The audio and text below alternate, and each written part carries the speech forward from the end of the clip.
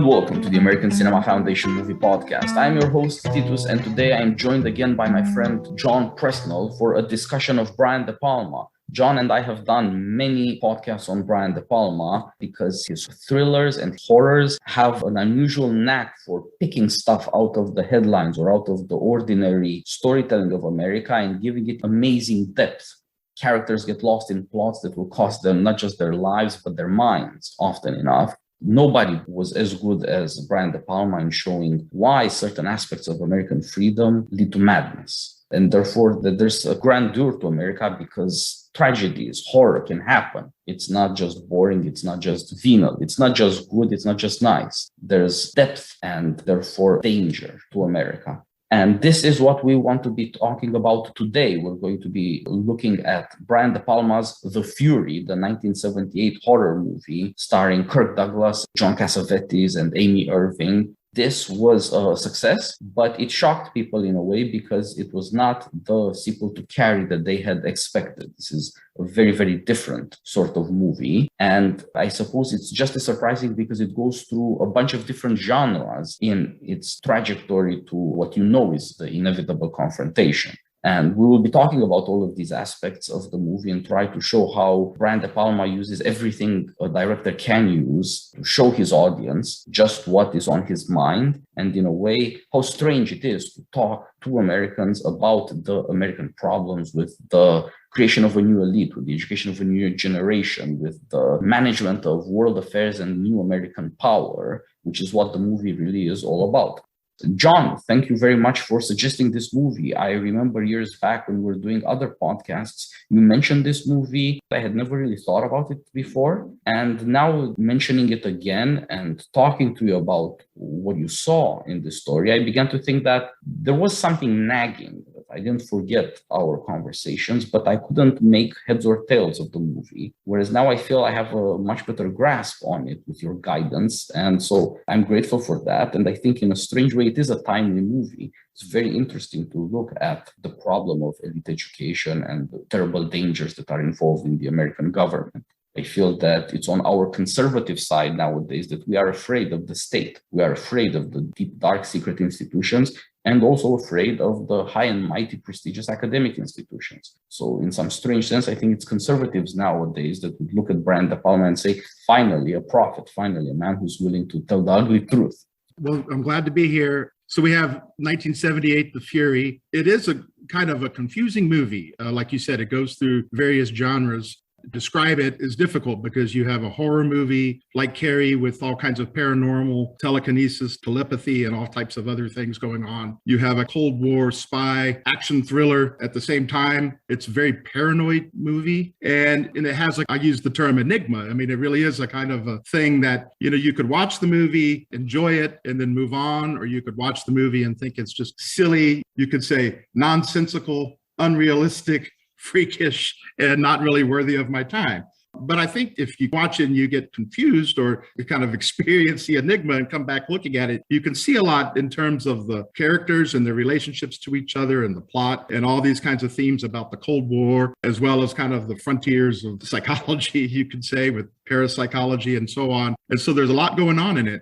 Indeed, and we should tell our audience the plot. The Fury starts in 1977 in the Mid-East. We have a prologue in which we're introduced to Kirk Douglas, who plays Peter Sansa, a former CIA operative trying to get out of the life of espionage with his teenage son Robin. Peter and Robin are swimming on a beach and coming to shore where they meet Childress, played by John Cassavetes, a friend of the father Peter. The scene of father and son competition is interrupted by a terrorist attack, which at some point turns into a filming of a terrorist attack, which later turns into a complete setup. Childress, who is supposed to be a friend of Peter's from the CIA, is trying to murder him to abduct the son. Peter escapes assassination but loses Robin. Then we cut to 78 Chicago. Peter hires a telepath to find him somebody with special powers who could help find Robin. This is how they find Gillian Belaver, a teenage girl who will discover gradually that she has incredible powers. Gillian has no father, and her mother is a very busy businesswoman with global ambitions and little time for her girl. When Gillian begins to discover her powers doing psychokinetic tests, getting a little toy train to move, she discovers also premonitory powers, visions of horrors to come. Her mother, fearing madness, wants to take her to a psychiatrist, but Gillian insists instead on the institute tied to the people who made psychokinetic tests. Here she comes under the protection of Dr. McKeever, who has a connection to Robin as well. Meanwhile, Peter is trying to escape Childress's various henchmen, doing dangerous and sometimes ridiculous things through Chicago while chasing after Gillian. Eventually, he manages to infiltrate McKeever's Paragon Institute for the specially gifted by seducing the nurse there, Hester. Gillian eventually agrees to run away with Peter because she has visions of the sinister goings-on at the Paragon Institute. Unfortunately, in the process of escaping, the nurse Hester is murdered by one of Childress's henchmen. Meanwhile, we see Robin, after having been experimented upon by Childress, who plays continuously on his anger by showing him the footage of the supposed murder of his father by terrorists in order to get Robin to become a weapon in the Cold War for America, gradually goes crazy, becomes more and more jealous of the nurse, who is also maternal and a lover to him, and harder to handle accordingly by Childress or anyone else. This sets up the final confrontation, where Peter tries to save his son Robin and even offer him a friend who is like him in the young girl Gillian, only to discover that his son has gone mad by the machinations of the very institutions through which he made his career in espionage and Cold War politics. They both die during the confrontation, which leads us to the coda, where Childress tries to groom Gillian to become his new student and eventually to weaponize her in turn. Instead, Gillian becomes, it would seem, the titular Fury and destroys Childress by a combination of the technique of exsanguination, which she had practiced involuntarily previously in the movie while discovering her powers, and the detonation, the movie's most notorious scene, a body exploding. Thus an end to the horror, with protagonists and antagonists all dead, except Gillian, who is left at the end with an uncertain future. So it's an enigmatic movie. There's a variety of ways to think about it. You could just see it as a kind of a thriller and enjoy it. There's comical interludes. There's all kinds of themes about fathers and sons and parents and children and surrogate fathers. There's even incest, perhaps. Of course, there's the Cold War. Robin's going to be weaponized. Childress tells us that the Chinese and the Russians don't have one. Well, how does he know that? Well, maybe he does know that. I don't know, but maybe they have one too. But regardless, this is what's going on here. We see the ruthless secret underworld of deep state actions. I mean, basically, when you see Kirk Douglas running down across the railroad, you realize this guy's been some kind of an assassin. He's a man of action, doing covert war, perhaps. He's a master of disguise. He knows all kinds of things here. So there's the Cold War theme going on. There's the whole theme about waking and dreaming. The movie sometimes does appear as if it is like a dream. So what's the dream and what's reality? What's on the surface? What's the depths? It's a movie about class because it's largely from the point of view of these well-born, wealthy children to the mother who's a global businesswoman, the father who's a global spy. They have this privileged background. They go to the fancy private schools and all kinds of things. They didn't choose to be in this world, but they're in it. The fathers, it's kind of inspired casting because Cassavetes and Kirk Douglas kind of getting a little bit older, especially Douglas, to be playing an action figure, but they would have been of that generation in the 50s and 60s that built up this international influence that the United States has behind the scenes. It's not a movie about politics, but it is a movie about ruling, and De Palma, in a way, kind of showing behind the scenes what's going on there. You have a citizen's point of view for a brief period. You have the pretty stories about the United Nations, and then you have this deep state apparatus going on behind it. And the ending, once again, I think is also enigmatic. I mean, you have this complete destruction of it, but what does this entail? It's surely what is due to Cassavetes. It's revenge. So we have fury there. But we don't have, furies related to justice or somehow bound by law, right? There is no justice in this movie in a way, but there's a lot of revenge and he gets what's coming to him. And so it's cathartic to see him blow up that way. It's also kind of amusing, though, because it's such a just over the top explosion. It really is an infamous scene. Yeah, there's a lot going on in The Fury. And maybe one way to look at how he put this movie together is to look at the talent he used. The story was written for the screen by the novelist John Farris. The music was done by John Williams. He obviously was inspired by the scores Bernard Herrmann wrote for Hitchcock's thrillers. And that, I think, is the first big clue that you need to have some combination of fear and dignity that this late romantic music adapted to cinema by Bernard Herrmann especially delivers. The composer will give him this connection to Hitchcock and to a kind of high-minded thriller, to something that's already prestigious, it's already talked of in terms of art, and therefore can lend credence, if you will, or emotionally at least carry you along in the movie that's a lot more baffling and at times ridiculous, at times ugly compared to Hitchcock thrillers. Then when it came to editing this movie that jumps around from genre to genre, not just from place to place, De Palma worked with his man, so to speak. Paul Hirsch cut at least 10 of the De Palma movies. He was there with De Palma from the beginning, from Hi Mom and Sisters and Phantom of the Paradise. So De Palma knew that he could trust these guys to deliver. And to complete the picture, the director of photography. There, if you look at this guy's career, very briefly, just the 70s, you'll see how Brian De Palma could put all these genres together. Richard Klein made a bunch of these paranoid thrillers of the 70s, like The Andromeda Strain, or something that's sort of even more political, Soylent Green. But he also made sci-fi movies, and that fits for The Fury as well. He had shot Star Wars, but also one of the Planet of the Apes movies. And he also made revenge thrillers with Charlie Bronson, who's a thing in the 70s, like Mr. Majestic and some of those Death Wish movies. So with all the other genres there, if you look at it, Brian De Palma knew exactly what he was doing to give you a movie that's sci-fi, but it is also horror, but it's also a spy thriller, but it's also a revenge movie. It's remarkable how well he put these things together simply in terms of the talent he worked with, what he could get from these men and what they could contribute to a story that doesn't seem to hang together, except in this sense that the through line from beginning to end is this father who is trying to save his son and who learns, in fact, that he has doomed his son because of his past and joins him in death. So that's one aspect of Fury. But then the Fury, as you suggested, maybe the Fury is not just an emotion. Maybe it's a being. Maybe it's this young woman who turns out to be more important than everybody else in the plot.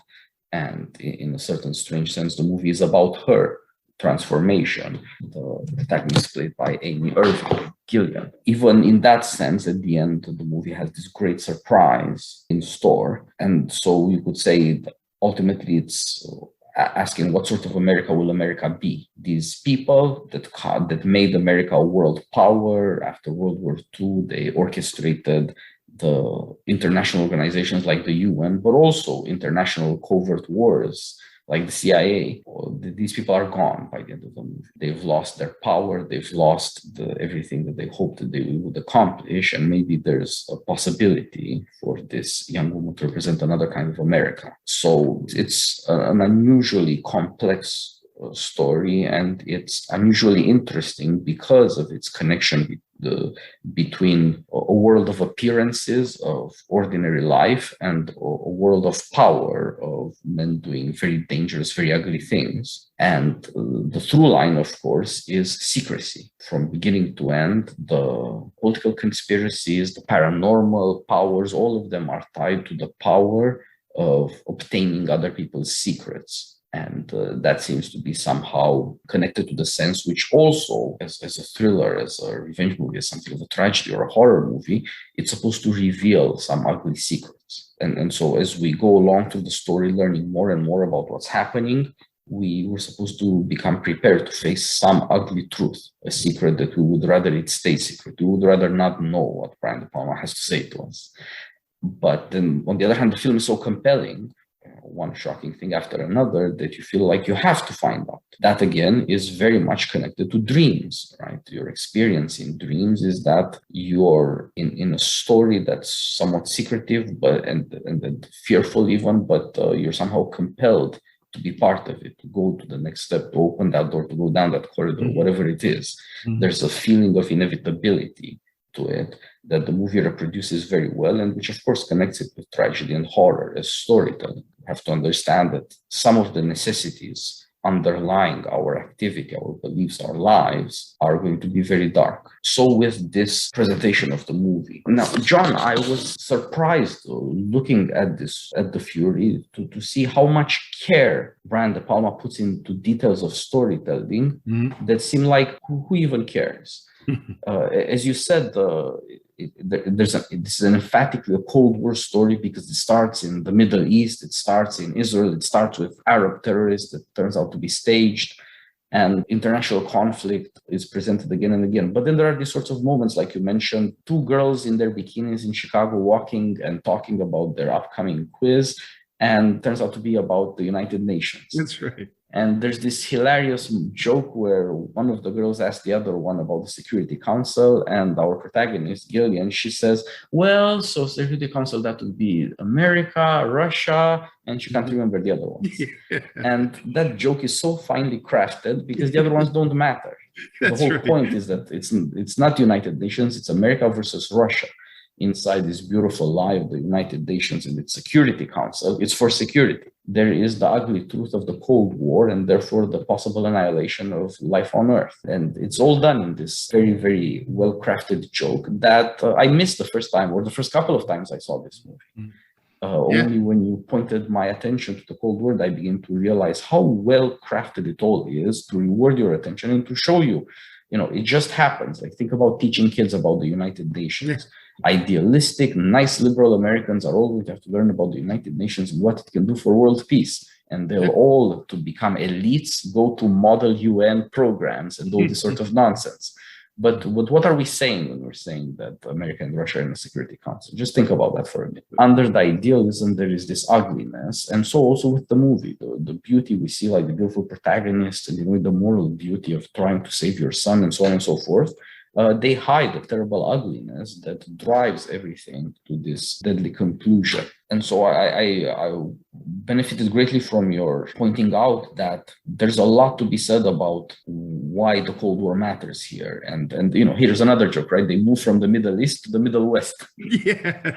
It's, you go to They're both Chicago. on a beach, but yes. The beach Exactly. is just the edge or the surface, right? So Exactly right. And the movie starts with father and son swimming, and they've made it to the shore. They're out of the water. It's the sea, it's the ocean, it's nature in a way that will kill you. But you've made it to the shore. You're safe now. They're not safe. No. They're not going to make it out of that. That struggle is going to cost them their lives. So it is full of this symbolism that rewards attention, and that is articulated, as you suggested, through these issues of foreign policy, of class, of what the elites of America are. That's the connection there. What is the education that the elites of America are receiving? What is educating their idealism? What is educating their awareness of American power?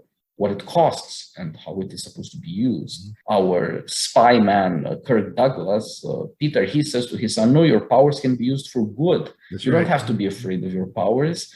And of course, that was the belief in America in the 50s and the 60s. Even when you hear John Kennedy talk, American power is for the good and the great transformations of mankind. It'll be amazing. We're going to use those talents, the best and the brightest, right? And so, Exactly. we can take, and even these extraordinary talents we don't quite understand, we're going to understand them, and then we can harness them to be used as a weapon on the one hand, of course, from children, but no, to be used for good. So yeah, that's exactly you could say the high-minded but childish belief of the Kennedy years, and this sort of stuff about you're going to help your country and you're going to help the world. You fight any foe, help any friend, etc. And it turns out it means bombing Vietnam for year after year after year and ending up in one catastrophe after another and eventually retreat. You can see why Brian De Palma is looking at this story of American post-war power and saying this is a tragedy, or maybe it's horror. We didn't want bad things for Vietnam. We weren't trying to be evil. We used our powers for good as best we could, and the results were horrifying. This notion, it's an education for a new generation. These people have paranormal powers. They are indeed the best and the brightest, aren't they? They are. They are that's what is required. They have to be superhuman in order to fulfill the requirements of justice. You need telekinesis, the power of moving things at a distance, like America runs the world. And you need, of course, telepathy. You need to be able to read other people's minds if you're going to do justice. You're going to know, you have to find out, how do you make Afghanistan into a democracy? Well, it'll take telekinesis and telepathy. Yes. And if you don't have those powers, it might be another catastrophe, and you're ruining these people's country and their lives for no good goddamn reason, out of the best intentions. These powers, we just don't understand them, right? So they're extraordinary, paranormal. And, and so that's the kind of, we see here this interest in trying to study it and to see what you can harness it. But, throughout there's this real ambivalence here that these powers may not necessarily be good. I mean, you look at young Gillian, she refuses to touch and to be touched. And why? Because her power can cause wounds on other people, to cause them to bleed to death. There are 3 people that she bleeds to death, 2 of whom, one is her father, 4 people actually, her friend, not really her friend, but her who ridicules her, and she reveals her pregnancy. She causes the Charles Durning character, Dr. McKeever, to bleed on the wound that he got when when Robin fell out the window. The other doctor who she greatly admires, the woman doctor at the Institute who had given the presentation in class that day, she shows her pictures of Robin. Have you seen this kid before? And she grabs hold of the woman's arm, and this woman has a near stroke and bleeds out through her eyes and her nose and her ears. And we're not really sure what her status is by the end of they send her off to the hospital, and that's the last we hear from her. And then, of course, Robin, they're trying to weaponize him, so they want to play with his anger. But once again, this gets out of control. The doctors say the drugs can't control him. There's a scene where Robin is pole vaulting, right? And so he's trying to get above the bar. And I guess the bar is going to be placed exceptionally high. And of course, he's competitive and he's angry. He can't quite seem to get above that bar. And we hear the doctors who are on the terrace watching him do this as the boys throw in this temper tantrum that he's getting out of control. We can't control him. The drugs don't work. We're told that he can connect to these machines and control them. And he's trying to turn his body into a machine, but he's failing at it. Or maybe not even a machine, but like a god, to somehow get above the bar of humanity. And of course, it turns out that eventually he's able to even harness some of those powers that he even had just within a matter of days later. And so they've created this monster, and they have no idea what to do with him. And of course, that is going to lead to their destruction. What is Childress's, John Cassavetes' kind of whole take on this at the end was, well, we had to do it. It was necessary. Cold War necessity, but then also, as you said, once you do the invasion, then you're going to learn. And then it's necessary to do this and necessary to keep going on and on and on, kind of leading to kind of further catastrophe and so on. And surely belies the ugly reality, the beautiful reality, in other words, of kind of world peace and harmony. And, it really is just Russia and the United States and proxy wars or covert wars and the necessity to assassinate or kill or do covert action and so on. And Gillian, I point out she's we're told that she's able to get herself in this state to see the blank screen, and then things will emerge in front of her from the future, from the past. Yes, it causes others to bleed, but then this gives her this kind of clairvoyance, a knowledge of things. She's psychic in that sense, and she is a witness. So you could say what the school is teaching her, the United Nations. You wonder what kind of school is this, right? Your history class is United Nations, the global world peace, promise of kind of global society or something like this, end of war, perpetual peace. And then, of course, the cutting edge of psychiatry / quackery of kind of paranormal studies, seemingly innocent, just wanting to understand it. Biofeedback, this notion that your brain waves can control your heart rate, your blood pressure, your mental states, and so on. It's a great power. It's a real thing. I had a neighbor who was getting a PhD in psychology, and his area was biofeedback, and so I was a test subject for him while he was doing his research. And so it's a real thing in the sense that people really study this. I don't know how real it is in terms of what it actually trains you to do, but you get this passive sense and that passivity of being just kind of the ultimate viewer or audience or perceiver. And what Gillian needs to see is beyond and she does. She sees the blood behind the United Nations.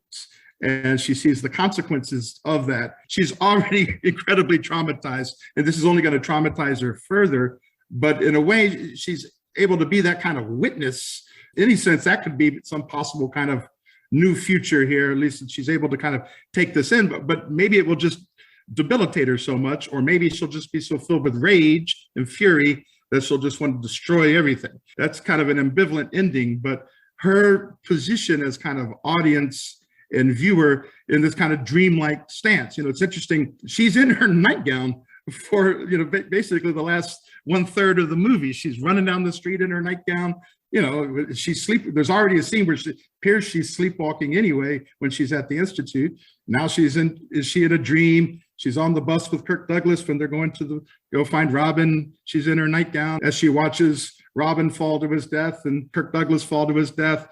She's in her nightgown the whole time. You can't get any more vulnerable, let's say, than being in your sleeping clothes, right? And in a dreamlike stance. That's a kind of an education. She's not going to get it in the school she's going to, that's for sure. Yes, that's exactly right. Amy Irving, she plays this perfect audience before a director who is in absolute control of the images that come on the screen. But at the same time, the movie is about her liberation. She does have all these father figures show up in the last part of the movie, but one by one, she loses them. Indeed, eventually, she does not exsanguinate people spontaneously or unwittingly. She actually destroys this man on purpose. For the first time, she uses her powers in full knowledge of what she's doing. At least she has grown up. At least she has realized what her powers are and how to use them, and has made a decision about that. What exactly the decision is somewhat harder to say, and whether it's the right one. But it does seem to be suggesting that this is Brian De Palma's education for a new generation of Americans who are aware of the catastrophes of American power and who yet have to dedicate themselves in some way to being Americans. And I think that in a certain way connects to even to sleep, since, as you say, there's something very delicate and fragile about this girl in her nightgown, but it's also about privacy. It's about revealing secrets. It's about facing up to the dark, hidden things. These characters all have ambiguous guises. With her, at first, she seems like she's this modern American girl. Here she is in her school uniform. Here she is in her beach uniform, in her bikini. And she's just enjoying life in a fairly innocent way, because, as you say, this is about very wealthy people whose lives are charmed. But then it turns out not to be that way. It turns out that she's terrified of touching and being touched. It turns out that she's having these premonitions of danger to life, of the blood coming out of people. She's not a happy, nice American girl. No. She's tormented by visions you'd find in Hieronymus Bosch, or I don't know what. It's really medieval stuff. Somehow she has to learn to deal with this. There's a depth inside of her that she is aware of only in ways that frighten her out of her wits. And so far from being self-possessed, she realizes that she needs to get self-control instead. And hence her first choice to go to that doctor who showed her the biofeedback mechanism. That person seemed like they know what they were doing. I want self-control.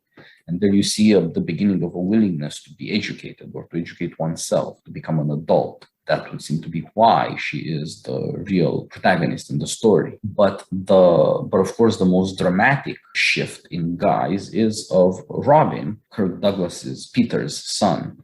In the beginning, he seems like such a nice American boy, healthy, strong, kind of ignorant, a little shy, even when he doesn't know if his new colleagues will like him, if he's going to get along with them. He's uneasy about what friends he might make, or so on. But there are other sides to him. Once you see the movie, you notice that he's incredibly competitive with his father, as you were saying in your synopsis. That shows a certain anger and a certain capacity for violence and for lawlessness, even for breaking with the authority of his father. And that, of course, is also just an aspect of American freedom. It's not a country where people especially obey their fathers. But then it turns out that has terrifying consequences. And so when we see Robin again, he has been tormented to a point where he is a monster. He is constantly trying to elevate himself to godhood. He eventually learns to fly, right? He is above mankind, literally now. But it is not an ascent to heaven. It is the preparation for a plunge to his death. Turns out that he is still a body, still mortal. There's a strange combination of that early innocence that is revealed as fragility and mortality, and on the other hand, that early competitiveness, which turns into fury, which turns into a desire for power that comes out of fear. That is the Palma's picture of American patriotism. The evil guys at the evil deep state national security agencies and bureaucracies and so on, they're trying to get him to hate the Arabs, to hate the people who killed his father. It was all a production, it was all a movie, so that they can get him to hate America's enemies and therefore fight. And of course, the real enemies are the Soviets, the communists, the Chinese, the Russians. It's the Cold War. It's revealed as to be the real enemy, where you need a special weapon, a new generation that is weaponized, a patriotism that is built on suffering and fear, and it issues in war. That is a replacement or an alternative to the UN liberal global education that the girl receives. So you see the movie is incredibly schematic in this aspect. Boy and the girl with manly deadliness and female visions or insight. But then, the relationship between the two, the girl, Gillian, she wants to meet Robin because she thinks maybe he'll help her. He's stronger. He's been through more things. Maybe he will help her. He doesn't think of her that way. He thinks of her as competition, as potentially an enemy. And there, as you said, it's not just that he hates all Arabs because these people have tormented him with that fake video of his father being murdered by Arabs. It's that he's jealous of whoever is around his doctor, nurse, mother figure lover.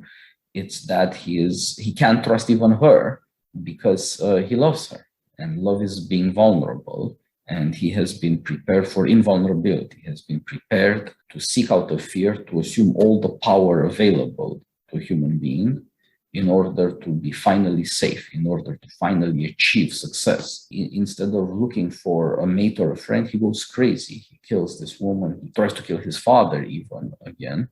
And eventually he dies, absolutely helpless, falling. He falls to the ground, all power lost, reduced to a moving body. And when his father sees this, he imitates it. He throws himself off.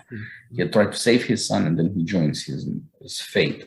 There you see with the father, Peter, that in the beginning he seems to be a very successful American, a confident man. He looks good, healthy, strong. He talks quite intelligently about how all of this stuff is with the education of his son is going to be done, and it's going to be a real success. He's a winner. After that initial sequence, he becomes an avenger instead. He looks mighty different. He's desperate, picking up a gun to shoot at his enemy, Childress, to take away his hand, to maim him, to make him vulnerable. The American side of his adventure, he often looks pathetic. He often looks crazy. He often looks like a man about to lose his mind or who has lost his mind. He's on the one hand doing action hero stunts. On the other hand, he's a dude naked in his underwear, running around town and taking this family hostage so he can hide out. He takes cops hostage in their cops' car and tries to explain to them this whole deep state conspiracy problem. But of course, all they see is what we see. This is a crazy man holding two policemen at gunpoint in their own car. He doesn't look like that successful, confident American who tells you what the future is going to be and then you achieve it. In the first minute, you see like he should be president. Just Kirk Douglas, vote for him president. He's obviously in command. This is what we need. Then it turns out it's not so. And yet he never reflects on the fact that his son's madness, his anger, his destructiveness comes from his own activity. So in some strange sense, trying to create this new America where liberal ideals on the one hand give you the UN and on the other hand the CIA, splits the relationship between justice and war, between peace and violence, into these two different worlds as far apart as waking and dreaming, and therefore makes for madness, and therefore makes for characters who seem one way and end up entirely the other way. It's, when you get to the United States, the father who's already being rivaled by his son, and the son, of course, thinks he's out of the way and dead. But now the father has kind of lost his powers to a degree and has lost his authority, right? So, we have, of course, Gillian has no father, and Robin thinks his father is dead. Gillian has surrogate fathers, but one by one, they each have certain issues that she rejects them or even destroys them at the end. Robin, his father's dead. So what does he do? He hooks up with his doctor / mother, right? So you have this kind of Oedipal thing going on. So, but what you have then with education is that while the fathers are busy doing all their secret covert action, in terms of just kind of ordinary education of upbringing, there's no father figure, father authority, paternal law, or what in the education of these children. And so what does it get replaced with? Well, like us, United Nations, it's just, paranormal psychology, or you get this kind of harness the competition, but that competition can, and maybe even try to weaponize it, but that itself is going to be self-destructive of the kind of paternal figure. And so, you have this kind of crisis, at least as I think as De Palma was kind of presenting the United States at that time, with the passing of that generation who was busy building up the world, right? And now the second generation coming on who don't have the kind of paternal education, the paternal law, the thing that a father could provide. And as soon as Kirk Douglas gets to the United States, right, he looks either like a madman, he drops his son. There's even a small scene when Gillian and Peter are coming to the estate. They have to climb over a wall to get into it. Peter climbs over it, and then he's going to grab Gillian to help her get over. And he can't do it. And in fact, he falls down, and that's how they get caught. So he's not going to be able to bring her over. So he's weak. He's weak somehow in this context. And, of course, Cassavetes' character with his arm in the sling the whole time. He's a powerful man. He's a tyrannical kind of figure, but he surely is not educating. He's conditioning. He's using these kind of scientific techniques to bring about certain conditions in Robin, to harness them, to weaponize it. I guess that's a kind of education, but surely not one that a citizen would necessarily want to embrace, right? Or surely would not one that one would want to see for their own children. That's an issue. And of course, even the mother is absent in a way for Gillian, because she's globe-trekking, right? So the modern feminist, look how free and great her job is, how much money she's making, how much respect she can get, how much travel she can do, and all the deals I suppose she's making. So the kind of modern, strong, liberated woman, Gillian doesn't have that. So you don't really have, maybe just no parents whatsoever. That was the era of latchkey children or whatever. But there's something I think De Palma's getting at here, that there's a kind of a crisis of the paternal, I think the paternal authority in particular is the issue here. And so there's either a crazy character, and that's the thing, that interlude where he's running around in his underwear in the streets of Chicago with a gun, or he's dressed up like this old man and with the couple in their apartment and the two cops and so on. It's a comic interlude, right? And so the father becomes the laughing stock, or the father becomes this kind of evil tyrant for Childress, right? Or the father is kindly like Charles Durning's character, Dr. McKeever, but Gillian knows he's lying because she saw in her vision that he was there when Robin fell out the window, but she saw that he was there. So he's lying to her. And then, of course, Kirk Douglas, he can't carry her over the wall, and he wants to abandon her. She's the one who, when he gets off the bus to go to the estate, he's going to leave her on the bus, but she refuses to go. So that's not going to work. And of course, Cassavetes is not going to work. And so she destroys him as well. So you have this kind of crisis going on, and it's a crisis of education for sure. And some kind of the loss of whatever the paternal authority would be in the United States. Like you said, the United States paternal authority is already under question, but now it seems to be almost completely absent and just completely ineffectual. Yeah, I think this is indeed very important. If you think about what education is presented as, the United Nations is institutions, and the correlative of institutions is technologies, and you get that with psychological experimentation. You can get technological control of things. The generation that was busy building American power around the world after World War II, they were not particularly good parents. Their children did not grow up all right, tolerably decent. Indeed, it led to the most famous crisis of generations in America. So obviously, that's all thematized in the story. It's well worth dwelling on because of this connection on the one hand, secrecy. Governments have secrets. Technology, in a certain sense, is secrecy. First guy to learn something has control of something, then he can have a corporation or a government institution or an espionage agency. And of course, it's tied up with personal life as well, with privacy. When you look at this distinction between the generations, you can see that, so to speak, post-war America first took control of nature, And now, in its second generation, it's attempting to take control of human nature. America has conquered the world. Now it will conquer the unconscious or the subconscious. It will conquer those powers of our biology that we don't even suspect. There will be a new empire in the land of dreams. This is, you could say, what the danger of this attitude of, indeed, in the movie, it's quite obvious that these parents don't really understand their children and aren't in much of a position to take care of them, even when their intentions are good, which is only partly true. They are too far absent. They are too enamored of their own power or of their own success to wonder, how do you actually deal with these children, since they are not going to be very impressed with your global success, whether it's in finance or espionage. It means nothing to them. It's not an experience to them. It cannot speak to their drama. So the attempts at education are largely failures for that reason.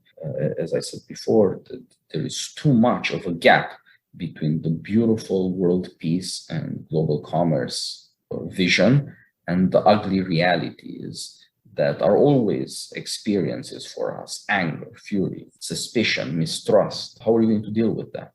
These institutions may be pretty impressive, but how about these people? How about these children, especially growing up? What is happening inside of them? And so this junction between the outside and the inside, so to speak, between the politics and the education, has become so great that the only attempt is to use institutions, to use technologies, to use modern control on the dreams of the children, on their souls, on their special powers. And that is why this movie is not just a thriller or a revenge movie, or it's not a tragedy.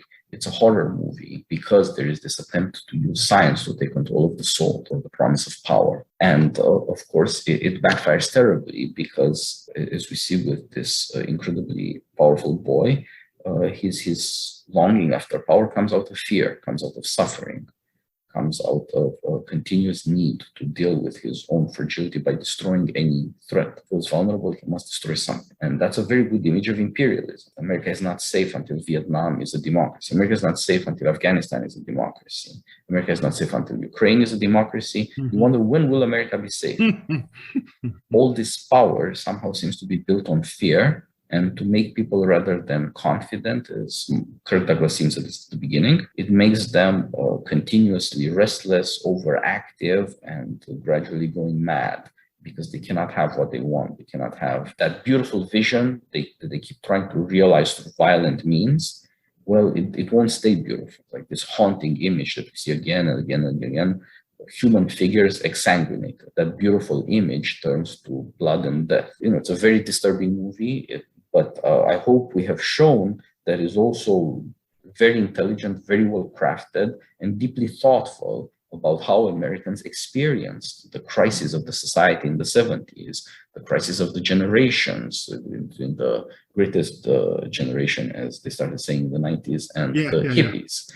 And all of these things are orchestrated with great care. And of course, you might not agree with the Palma down the line, but I believe it's a remarkable achievement to show why what people are attempting to do, even when they have good intentions, is likely to lead to something horrifying because they put way too much faith in technology. And in another sense, they're way too desperate that they need absolute power or else they're never safe. And just where it leaves everyone else, you might say just ordinary, we only get a few glimpses of it because this is all taking place within this kind of influential, wealthy, well-born, kind of connected circle. You have that comic interlude in the middle there into kind of the streets of Chicago, which you got drunks. It's 1970s urban America, trash everywhere. Drunks walking down the street thugs. Here's Kirk Douglas running around in his underwear, right, holding a gun. What is this going on here? People are just like, yeah, another day in the city, I suppose. And then he encounters that Knuckles family in their apartment. The only other ordinary scenes I can think of would be, of course, on the beach. So the young kids are out on the beach having fun. The rest of the city is just kind of caught in this mire. There's an allusion to the suburbs because this white family didn't do the white flight thing, like I guess all their neighbors did, to move to some place called Melrose Park. So they're stuck in the inner city, and it's just a shithole. Just to use, sorry about that, but that's the only way to describe it. What does he do? He watches TV and he screams at it. Sounds familiar, right? And he's talking about corruption in Washington. There's apparently a Muslim terrorist sect that is holding Washington hostage, according to the news. And he says this politicians are mugging us, right? So you have this kind of ordinary complaint. They have no idea about the world of Kirk Douglas or anything, but they do see, the kind of effects, at least, of a neglect upon thinking about this kind of ordinary life of the citizen. And look what their life has become, And then there's Mother Knuckles, the grandmother who lives with and they're watching MASH. Mother Knuckles likes Peter. He's the only person, she's one of the only people he tells the true story to. And she believes him. Everybody else thinks he's a crank. And he ties up the husband and wife, and Mother Knuckles is there, fixes him breakfast and helps him put on his disguise as an old man. And she says, if you see a Fed, shoot him. That's what they all deserve, to be shot, right? So this is ordinary America, right? And then he goes out on the street. He realizes he's being chased, so he comes into these two off-duty cops in his brand new Cadillac, right? Dennis Franz, right? Got a brand new, check out the speakers on this stereo, blah, blah, blah, right? And they're just cruising the street in the ghetto, well, whatever. But he carjacks that. And of course, what do they think? We've got a paranoid, delusional psychopath guy here dressed up like an old man. Yeah, sure, Peter, sure. He tells them the truth too. They don't believe him. They're like, yeah, sure, Peter, yeah. And of course he destroys their, the one joy I suppose this off-duty cop has is his new Cadillac. Well, not if Peter's going to touch it. He's running it into the river, right? It's interesting. So this is what's happened to, you might say, the democratic life of America. The only one I can think of is on the bus when Peter has gotten together with Gillian and they're going out to the estate to go find Robin. They take a Trailways bus and they're in the back seat, and Peter's all distraught because Hester had been killed and he realizes he's responsible for that. That's another kind of ordinary nurse gets destroyed, right? Because of Peter, right? Just this horrible death that she has as a car runs into her. So he's drunk and he's got this girl in a nightgown. He's about 40 years her senior, and he's in the back and he's drinking whiskey and he's giving the girl whiskey. And there's a black woman, right, who's a proper woman who's looking back, and you just see in her eyes, what does she see? Who is this old lech getting this young girl drunk? This is only in America again, right? What's happened to kind of common democratic life, right? And I guess it kind of, even she, because obviously she wouldn't condone this, but that's just the way it is. That's kind of the helplessness. And they're completely unaware of this whole other kind of thing going on. And when it appears comical or paranoid, delusional or lecherous, right? That's kind of, you think of kind of like conspiracy theories or something about child pornography or child molestation, right? I mean, here's the ordinary black woman looks at it, and what does she see? She sees child molestation going on, right? So that's how it appears to them, right? And that's kind of that disjointedness between the noble kind of global view and this kind of harsh reality of the realities of the Cold War and the violence that entails and the secrecy that's needed to maintain it, and the lack of trust and the paranoia on top of that, and the fear and the anger. But then in the middle here, democratic life has been completely hollowed out. Well, you're either on the beach having fun, you're in the suburbs with white flight, or you in the inner city, and all of it's just sleazy, dirty, dangerous, poor, ugly reality. It's a kind of interesting, just kind of brief interlude there, but you can kind of see the kind of cascading effects outside of just this one particular class we're focusing on and their struggles and turmoils. Yeah, that is very well said. Right, we are again going through something like the 70s, so it's a lot more plausible than it may seem to viewers until they stop to think. Because there's horrible crime, cities are a mess, there's trash everywhere, but there's also inflation and the economy is going down, and people feel like, oh yeah, how am I going to make a living? Where am I going to find the time or the leisure to involve myself in any democratic anything? Democracy is just when I'm finding it harder to pay rent. That's what it is. So the population is debased. People scream in impotent anger on the TV. They know they see America on TV, but they can't believe their eyes, but it's driving them crazy, and they can't do anything about it. America is only something you see on the screen. And of course, people feel the exact same way nowadays, that they're screaming mad, but it's only America they see on the TV. They don't feel like they can do something about it in the real America where they live. Perhaps they are almost prepared to be the audience of a horror movie. Yeah. Perhaps they do feel that compulsion to see the next mad thing that you can't stop. You got to go through it. In all these ways, I think De Palma is a much more astute observer of society than he gets credit for, and a more astute critic of this attempt to rule by controlling the secrets, controlling the imaginations, educating the young elite through, psycho tricks, through control of their unconscious, and all of this stuff that is in certain ways still being attempted. If it feels surreal or too crazy to believe, it's just because we're not used to reality. It's all out there. It's all happening. And at some point, we can't say anymore, it beggars belief. At some point, you have to say, I'm ready to face facts. I am ready to deal with these realities. And that's at any rate my interpretation of the conclusion. Yeah. Learning from the suffering of this young man, the girl becomes willing to face reality. In particular, I think Gillian, right? It's interesting. I think she's the most sympathetic character. So I suppose from an audience point of view, the most relatable. And so you can kind of go through her trauma, and you can feel at the end her kind of rage or fury. And there is a kind of a satisfaction in that destruction. Now, what would be the positive? It's not De Palma's job to provide some kind of positive kind of alternative here, but we do see something that, to a certain extent, at least on the screen, is worthy of just kind of complete obliteration.